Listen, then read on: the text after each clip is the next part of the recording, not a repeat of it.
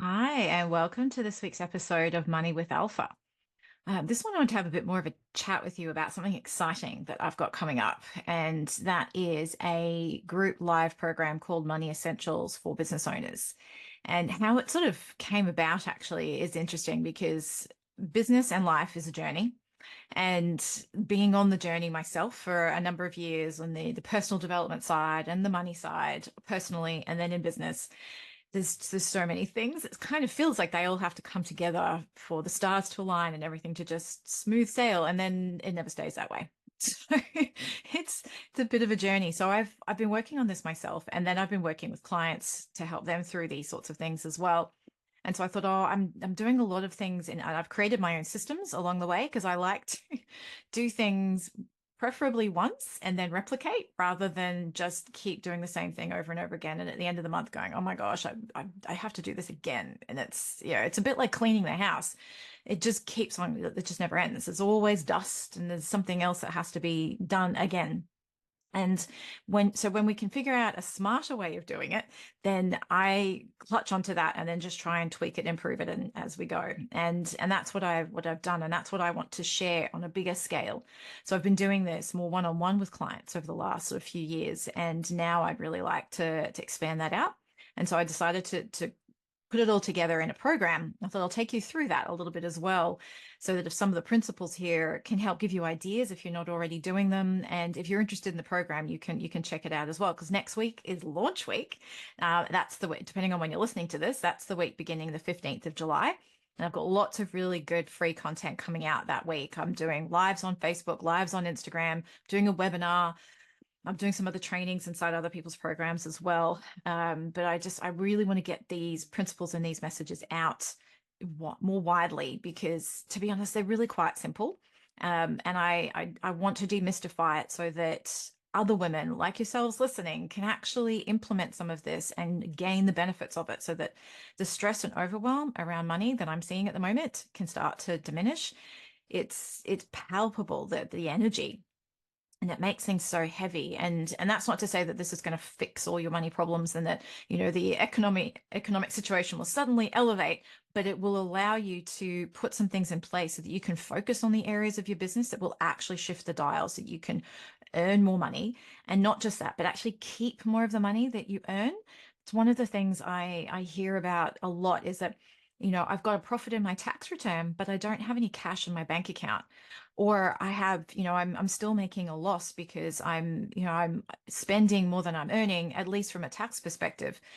And how to actually translate that into money that you can then use to actually enjoy your life. Ultimately, the end goal here, I mean, while you have a business, sometimes it might be because you want more freedom, although it might not always feel that way, gives you more choices, or it's because something that you love to do and you have an impact and you want to live your purpose and you want to do things to actually help others. But at the same time, you still need to be able to live yourself too, and be able to have that money to have the choice to spend time with your children during the school holidays, take holidays together, like actually go away and enjoy some experiences, see the world, have bills that you don't have to get so stressed about when they arrive and not want to open an email or open these days, opening the physical letter to get a bill is not quite so much, but the emails still come. And having a general sense of peace and calm around the concept of money, both earning it and spending it, is where I really, that's what I endeavor to help others with. And that's what this program is designed around. And because it's not just as simple as saying, oh, we'll put this money system in place and bingo, you're off and running and it'll all be great. It is a little bit more to that because we are humans and we have amazing minds that can work both for us and also not so much for us. I won't say against us because ultimately our brains are wired for survival. So even when they're doing things that keep us safe, it's not actually doing it to hurt us. They're doing it to protect us. So our minds, our brains are really wired towards keeping us safe. And that is very much generally keeping us where we are at, because where we're at has kept us alive to this point. So why would we want to change any of that? So there are some mindset tools and things that we need to be able to understand. To me, awareness is the first pillar of everything. being aware of the stories that are coming up, things that we might not necessarily be conscious of yet, but they're niggling away there, and it could take a question that I ask or a comment someone makes. And that's one of the reasons why I wanted to make a group program, so that we can learn from each other and share and recognize that we're not the only ones who have these problems. They are pretty no, I shouldn't say common, but they're, we all have stuff going on in our brains.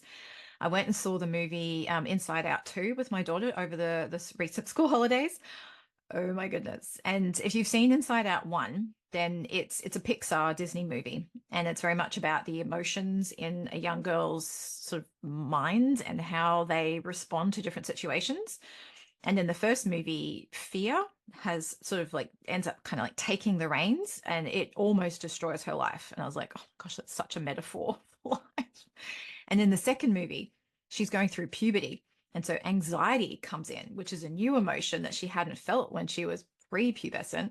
And it starts to ruin things little by little because of these scenarios that are running all over the place. And fear is kind of almost set a bit to the side, but anxiety and envy and even boredom to a certain extent, but it's primarily anxiety that kicks in, and all the possible things that could go wrong. Oh, we have to do this in case this happens, and this in case this happens. And I thought, oh my goodness, this is, our brains are on overload when you get into that, because towards, I won't spoil it, but we get in a pattern and a cycle that's really, really difficult to get out of unless there's a pattern interrupt. And unfortunately, a lot of the time, the pattern interrupt is some sort of tragedy or something, or trauma, or something that happens that's really unfortunate. I mean, even in my world recently, I hurt my foot quite badly. I couldn't walk on it for about 2 weeks, couldn't weight bear really at all. I even borrowed one of my dad's walking sticks so I could still get around. Because of course it was at the beginning of school holidays. I was like, oh, the ability to just sit and do nothing is not an option. So I had to still move, but holy moly, I was in so much pain. Nothing could get rid of it either, until I finally sort of figured out. I went to my acupuncturist and he's like, I think it's muscular, and I think you've traumatized your muscles. And I was like, oh great, I've traumatized the muscle. I didn't even know that was possible. But it made it really interesting as a reflection. I had to do a lot of soul searching and a lot of reflection on why this had happened. And I do tend to delve down that path quite a bit. What had I done? What do I need to do in order to gain whatever messages I need to from this? And in a lot of the case for me, it's just being and allowing, and not having to go quite so fast, and not doing so much. If you're familiar with human design, you'll understand what I'm about to say. I'm a generator. So, and I have this like store of energy that almost never runs out. But when it does, I like completely collapse and just need a couple of days to recharge the batteries. And then I'm back again, and I'm on and on and on. But rather than like going to complete depletion and then collapsing and then starting all over again, it's trying to create that space and that capacity to be able to keep going without having to create all of the work and the generation and the mechanics that go with all of that. And it's understanding how we work and how we like to work, and creating more of a understanding and space for that. And then that also then creates the space for us to be more aware of, well, what are the patterns that I'm in? Are they actually mine, these stories, or are they driven by things from my family's past, generations past, not just even my family, but as a woman, the money stories. I was fascinated by ancient Egypt when I was a kid. And I think what really attracted me to it was the feminine. There was such a power, because I grew up with, a very strong mother, a very strong, brave grandmother, had a lot of mental health issues, which at the time didn't necessarily recognize. But when I look back now, I was like, oh my goodness, there was this and there was this and there was this. But none of that stuff was really spoken about or diagnosed all that much. I mean, she was born in 1920. So, and when she passed away, she was 92. And she'd had dementia for a few years. And that journey, watching the degradation of her mind and the things that created a paranoia, I was just like, oh my goodness, if we don't deal with some of this stuff, it's going to come out anyway in forms that we can't control, and we're not, it's not pleasant.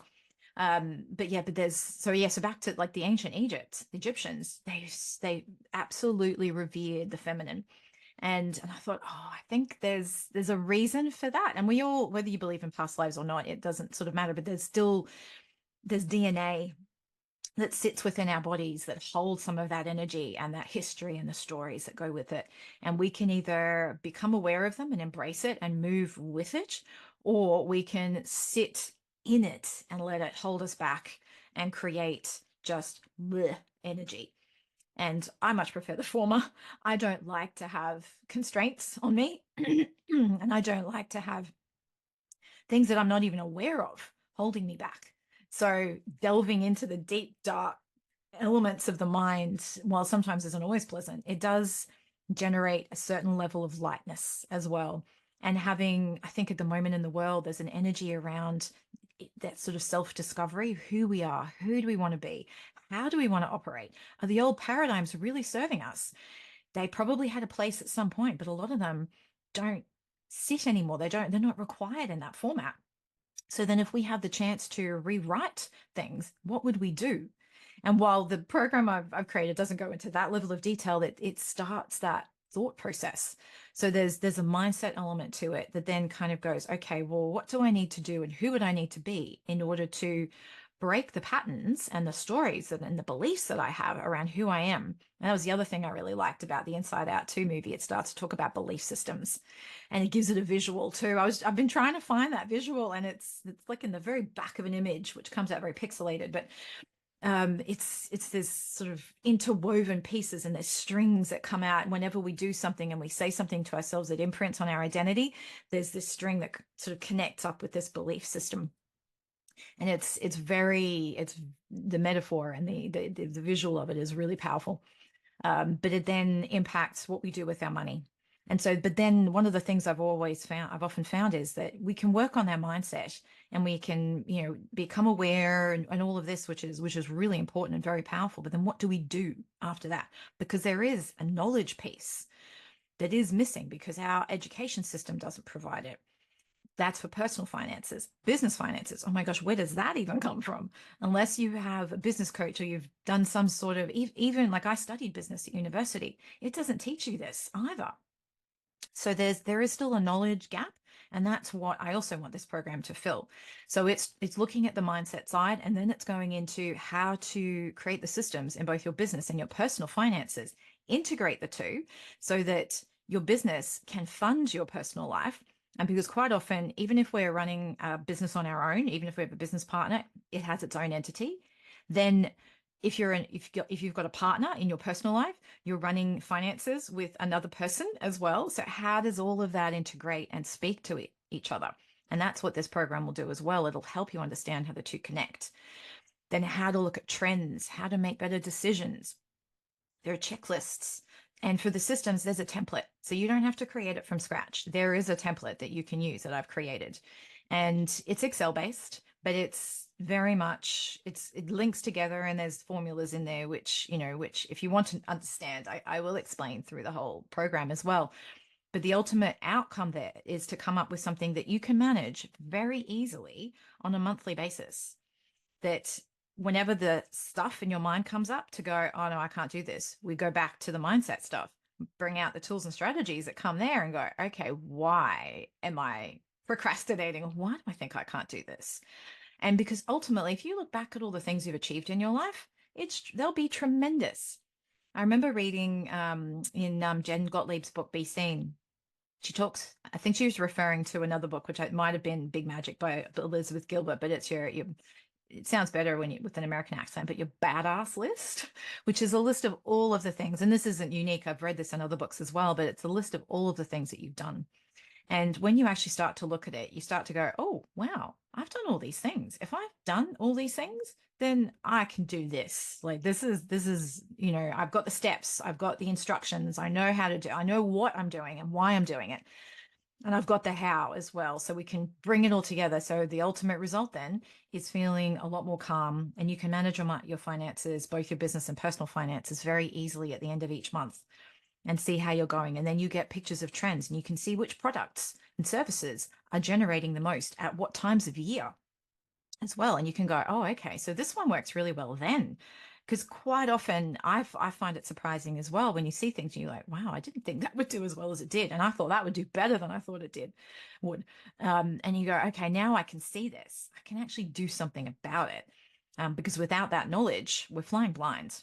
And it's that whole, know your numbers, but it's more than just knowing what your profit and your revenue and all and your expenses and all of that are. It's also understanding where your products are going. And it's more than just conversion and click rates and all of that as well in your website. It's tangible what products and services are selling the most at what times of year.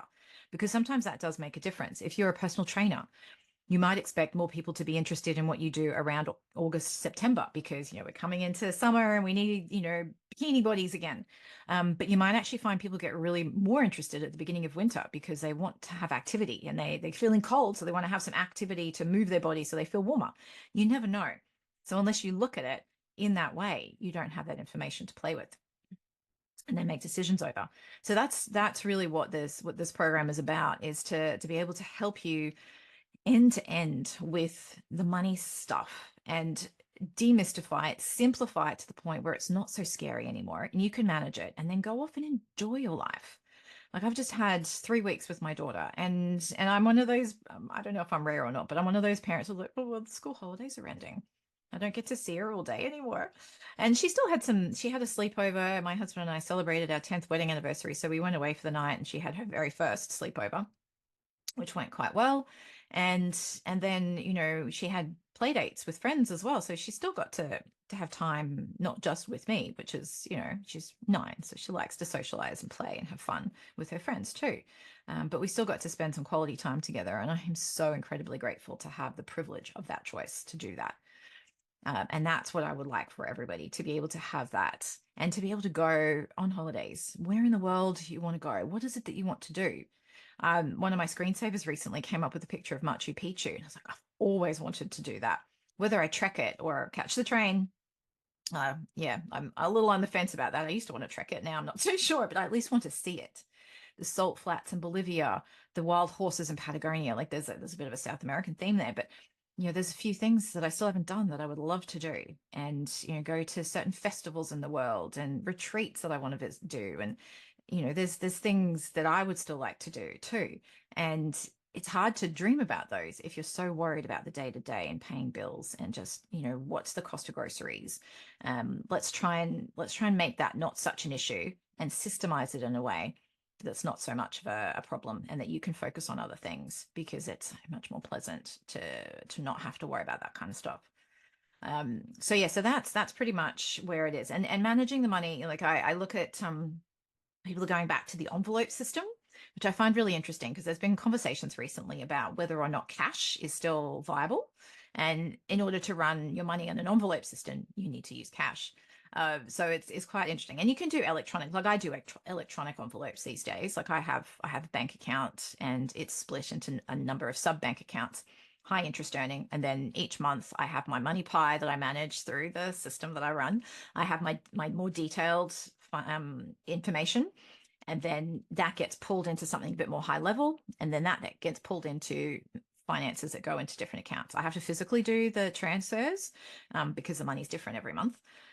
But I've got my money and the percentages there, and I can see how it's working. My bank account then balances, and I go through and I go like, okay, sweet. So when the bills come in, I'm going, all right, yep, I budgeted for that, because I have a few spikes in my financial year where I pay for my software for my website, Kajabi, which is not cheap, but it's awesome. But that's always a big spike. And then I have a couple of masterminds that I'm in, and I pay annually for those. So they're big spikes too. So I make sure that I've budgeted for that, and I'm saving little by little every month for them, so that when the bill actually comes in, I have the money sitting there. And it's such a nice feeling to not go, like, I still see the bills and go, okay, but it's all right. I got it covered. I can breathe out. I don't have to stay breathing in and tensed. And it's that visceral reaction as well, like in your body, how it feels too. And you kind of go, oh, this is really cool. I have the money to do this. This is great. I love this feeling. And then you get addicted to that feeling and you want to keep it going. So I often get people say to me, how do you save? Or how do I make sure I stay on my savings? Like if I start the process of saving, how do I stay there? I was like, well, you pretty much get an adrenaline hit or a dopamine hit every time you see that balance go up. So it's a bit like having chocolate, except without the sugar rush. Um, and you start to get motivated that the momentum is there too. And then you can start to invest as well and make your money grow. And then the concept of wealth and being able to retire comfortably come in. A lot of the time people can't, I work with, when I start with them, they can't even think about wealth and retirement. They're so focused on the here and now because that's the main problem. So let's try and demystify all of that, create the structure around it, create the mind that helps support the structure, and then be able to move forward so that you can actually develop and grow. So that's, if you want to find out more, moneyessentialsbusiness.com. You can find out more. You can join right now. I do have a wait list if you're on the fence and you want to think about it. But it officially opens doors on Monday, the 15th of July. And I would love to see you inside. There are 6 fortnightly masterclasses. Time commitment is relatively low. Like the masterclasses themselves are an hour. And then you'll probably find there might be another hour's worth of work within each of the actual content from the masterclasses too. So about 2 hours, maybe 3 hours every fortnight. If you can manage that, then you can do anything, and it will really come back in spades. The cost of the program upfront is $497, and I'm not going to say the word guarantee, but I can pretty much assure you you're going to make that back just by looking at your expenses. I've helped clients make that back from just monthly expense that they've managed to save.